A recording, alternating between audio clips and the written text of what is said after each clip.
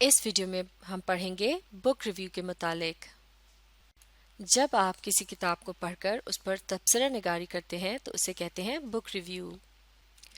چلیے سب سے پہلے مل کر بک ریویو کی اہمیت کے متعلق پڑھتے ہیں کہ بک ریویو کو کیوں لکھا جاتا ہے۔ آپ بھی میرے ساتھ مل کر پڑھیے۔ Other readers will always be interested in your opinion of the books you've read۔ جب آپ کسی کتاب کو پڑھ لیتے ہیں تو یقیناً کتابیں پڑھنے کے شوقین حضرات اس کے متعلق آپ کی رائے جاننے میں دلچسپی رکھیں گے۔ Whether you've loved the book or not, if you give your honest and detailed thoughts, then people will find new books that are right for them۔ یعنی آیا آپ کو وہ کتاب پسند آئی یا نہیں، اگر آپ اس کے متعلق ایمانداری کے ساتھ اور تفصیل میں اپنے خیالات کا اظہار کریں گے تو لوگوں کو ایسی کتاب کا انتخاب کرنے میں مدد ملے گی جو ان کے لیے پڑھنا مناسب ہو۔ If you're stuck on what to say in a review, it can help to imagine you're talking to someone who's asking you whether they should read the book۔ اگر آپ تبصرہ نگاری کرنے میں دقت محسوس کر رہے ہوں تو آپ اس سوال کو ذہن میں رکھ سکتے ہیں کہ گویا آپ سے کسی نے پوچھا ہو کہ کیا وہ کتاب ان کے لیے پڑھنا مناسب ہے یا نہیں، تو اس سوال کا جواب ہی دراصل ایک قسم کا بک ریویو ہوگا۔ تو بک ریویو کا مقصد ہوتا ہے کتابیں پڑھنے کے شوقین حضرات کو کتاب کا انتخاب کرنے میں مدد دی جائے تاکہ بک ریویو کو پڑھنے کے بعد وہ یہ فیصلہ کر سکیں کہ کیا وہ کتاب ان کے لیے پڑھنا مناسب ہے یا نہیں۔ Tips for writing book reviews. چلیے اب مل کر چند اہم نکات کو ڈسکس کرتے ہیں جن کی مدد سے بک ریویو لکھنے میں ہمیں آسانی ملے گی۔ Point number 1، Start with a couple of sentences describing what the book is about but without giving any spoilers or revealing plot twists۔ یعنی بک ریویو لکھتے وقت آپ ایک دو جملوں سے آغاز کر سکتے ہیں جس میں آپ کہانی کے مرکزی خیال کو بیان کریں گے، لیکن ایسا کرتے وقت آپ کو خاص طور پر احتیاط کرنی ہوگی کہ آپ اس کہانی کے کسی دلچسپ موڑ یا واقعات کو بے نقاب کرنے سے گریز کریں تاکہ پڑھنے والوں کا تجسس قائم رہے۔ As a general rule, try to avoid writing in detail about anything that happens from about the middle of the book onwards۔ تو کہانی کے اہم واقعات کو بے نقاب کرنے سے گریز کرتے ہوئے یا پھر اس سے بچنے کے لیے آپ ایک عام سا اصول اپنا سکتے ہیں، اور وہ یہ ہے کہ کہانی کے درمیان کے حصے سے آخر کے حصے تک کے واقعات کو تفصیل میں بیان نہ کیا جائے بلکہ صرف اشارتاً ان کے متعلق بات کی جائے۔ If the book is part of a series, it can be useful to mention this and whether you think you'd need to have read other books in the series to enjoy this one۔ اگر وہ کتاب مختلف اقساط پر مبنی ہے تو اس کے متعلق بھی بتانا ضروری ہے، اور یہ بات بھی کہ کیا جس قسط کو پڑھا جا رہا ہے تو اس سے پہلے کی قسطوں کو پڑھنا بھی ضروری ہے تاکہ اس کہانی کو پڑھنے سے اچھی طرح سے لطف اندوز ہوا جا سکے۔ Point number 2، discuss what you particularly liked about the book۔ آپ کو اس کتاب کے متعلق جو بات خاص طور پر پسند آئی ہو آپ اس پر بھی بات چیت کر سکتے ہیں۔ Focus on your thoughts and feelings about the story and the way it was told۔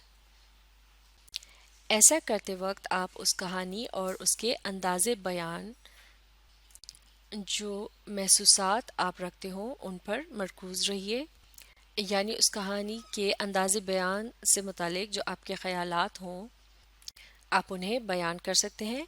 You could try answering a couple of the following questions، اور نیچے دیے گئے چند ایک سوالوں کا جواب دیتے ہوئے آپ اس مقصد کو حاصل کر سکتے ہیں۔ مثال کے طور پر Who was your favorite character and why؟ یعنی آپ یہ بتا سکتے ہیں کہ اس کہانی میں کون سا کردار آپ کا سب سے پسندیدہ رہا اور کیوں۔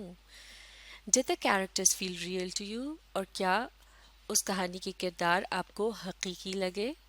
مثال کے طور پر اگر اس میں کسی بادشاہ کا کردار تھا تو کیا وہ ایک حقیقی بادشاہ کے کردار کے قریب تھا، یا پھر اگر اس میں کسی کسان کا کردار تھا تو کیا اس کردار کا لباس، بول چال اور انداز بالکل ویسا ہی تھا جیسا کہ ایک حقیقی کسان کا ہوتا ہے۔ Did the story keep you guessing؟ کیا اس کہانی نے آپ کے تجسس کو ابھارا، یعنی آپ یہ سوچنے پر مجبور ہو گئے کہ اب اس کے بعد کیا ہوگا؟ What was your favourite part of the book and why? اس کتاب کا کون سا حصہ آپ کا سب سے پسندیدہ رہا اور کیوں؟ Were certain type of scenes written particularly well, for example, sad scenes, tense scenes, mysterious ones? کیا اس کہانی کے کچھ مناظر بہت ہی دلچسپ انداز میں لکھے گئے یا پھر انہیں بہت خوبصورتی سے قلم بند کیا گیا، جیسا کہ افسردہ مناظر، تناؤ سے بھرپور مناظر یا پھر تجسس آمیز مناظر؟ یعنی کیا اس قسم کے مناظر کو پڑھنے کے بعد آپ پر بھی وہی کیفیت طاری ہو گئی؟ اگر واقعی ایسا ہوا، اس کا مطلب ہے کہ لکھنے والے نے خوب اچھی منظر کشی کی ہوگی۔ Did the book make you laugh or cry؟ کیا اس کتاب کو پڑھنے سے آپ کو خوشی محسوس ہوئی یا پھر آپ غمگین ہو گئے؟ Did the story grip you and keep you turning the pages؟ اور کیا اس کہانی نے آپ کو اپنی گرفت میں لے لیا اور آپ صفحے پر صفحہ پلٹنے پر مجبور ہو گئے؟ یعنی وہ کہانی اس قدر دلچسپ تھی کہ آپ خود کو اسے تواتر کے ساتھ پڑھنے سے روک نہ سکے۔ تو ان سوالوں کو ذہن میں رکھتے ہوئے جب آپ ان کے جوابات کو لکھیں گے تو یقیناً آپ اس کتاب کے متعلق ان اہم باتوں کا احاطہ کر سکیں گے جو کہ خاص طور پر آپ کی دلچسپی کا باعث رہیں۔ تو اس طرح سے پڑھنے والوں کو اس کتاب کا انتخاب کرنے میں بہت مدد ملے گی۔ Point number 3، mention anything you disliked about the book. اگر آپ کو اس کتاب کے متعلق کوئی بات پسند نہیں آئی تو آپ اس کے متعلق بھی اپنی رائے کا اظہار کر سکتے ہیں۔ Talk about why you think it didn't work for you, اور آپ یہ بتا سکتے ہیں کہ وہ بات آخر آپ کو کیوں پسند نہیں آئی۔ مثال کے طور پر کیا آپ یہ چاہ رہے تھے، جیسے کہ یہاں لکھا ہے Did you wish the ending hadn't been a cliffhanger because you found it frustrating؟ Cliff hanger کا مطلب ہے گویا آپ ہوا میں معلق ہو گئے ہوں، یعنی آپ کو بات کا سر پیر سمجھ نہ آ رہا ہو، یعنی کہانی کسی خاص حل کو پیش کیے بغیر ہی اختتام پذیر ہو گئی ہو، اور اس طرح سے آپ کو اس کے اختتام کو پڑھنے کے بعد کوفت محسوس ہو رہی ہو کیونکہ آپ کے جذبات کو تسکین نہ مل سکی ہو۔ تو اس قسم کے اختتام سے متعلق آپ اپنی ناپسندیدگی کا بھی اظہار کر سکتے ہیں۔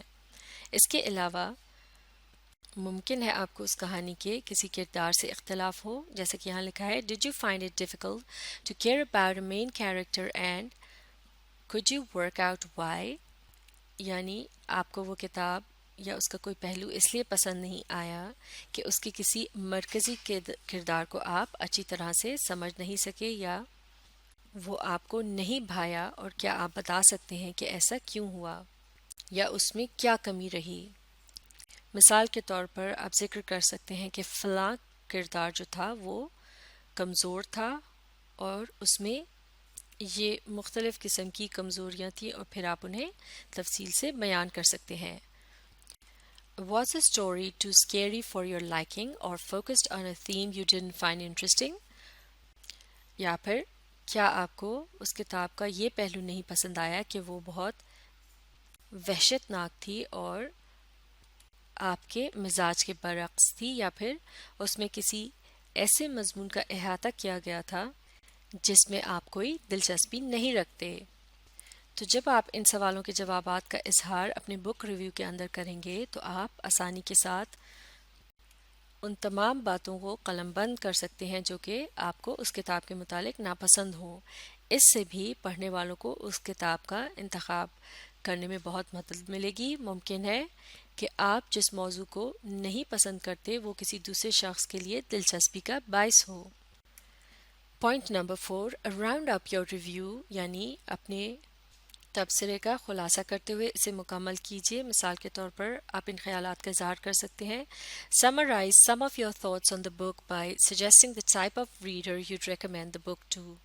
مثال کے طور پر آپ تبصرہ مکمل کرتے ہوئے آخر میں اس تجویز کو پیش کر سکتے ہیں کہ وہ کتاب کس قسم کے پڑھنے والوں کے لیے مناسب رہے گی. مثال کے طور پر کیا یہ کتاب نو عمر لوگوں کے لیے بہتر ہے یا پھر بڑی عمر کے لوگوں کے لیے یا ایسے لوگوں کے لیے جو کہ دلدادہ ہوتے ہیں اس قسم کے ڈراموں کو پڑھنے کے جن میں لوگوں کے آپس کے تعلقات کے متعلق لکھا ہوا ہوتا ہے یا پھر ان لوگوں کے لیے جو تجسس آمیز کہانیاں پڑھنے کے شوقین ہوتے ہیں یا ایسے افراد جو مزاحیہ تحریروں کو پڑھنے کا شوق رکھتے ہوں.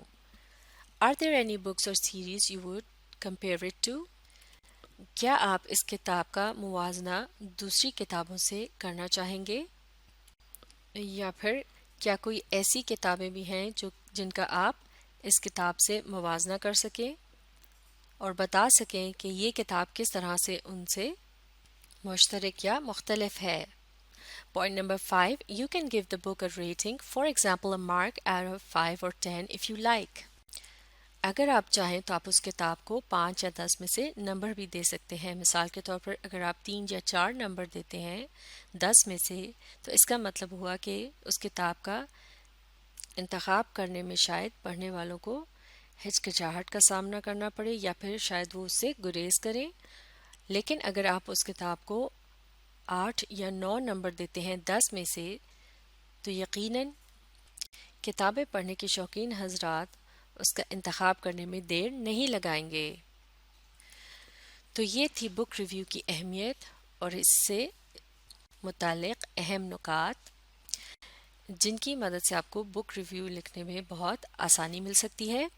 اس کے علاوہ آپ ایک بک ریویو لکھتے وقت اپنی بات سے متعلقہ اس کتاب میں موجود کچھ کوٹیشنز وغیرہ کو بھی لکھ سکتے ہیں، شامل کر سکتے ہیں.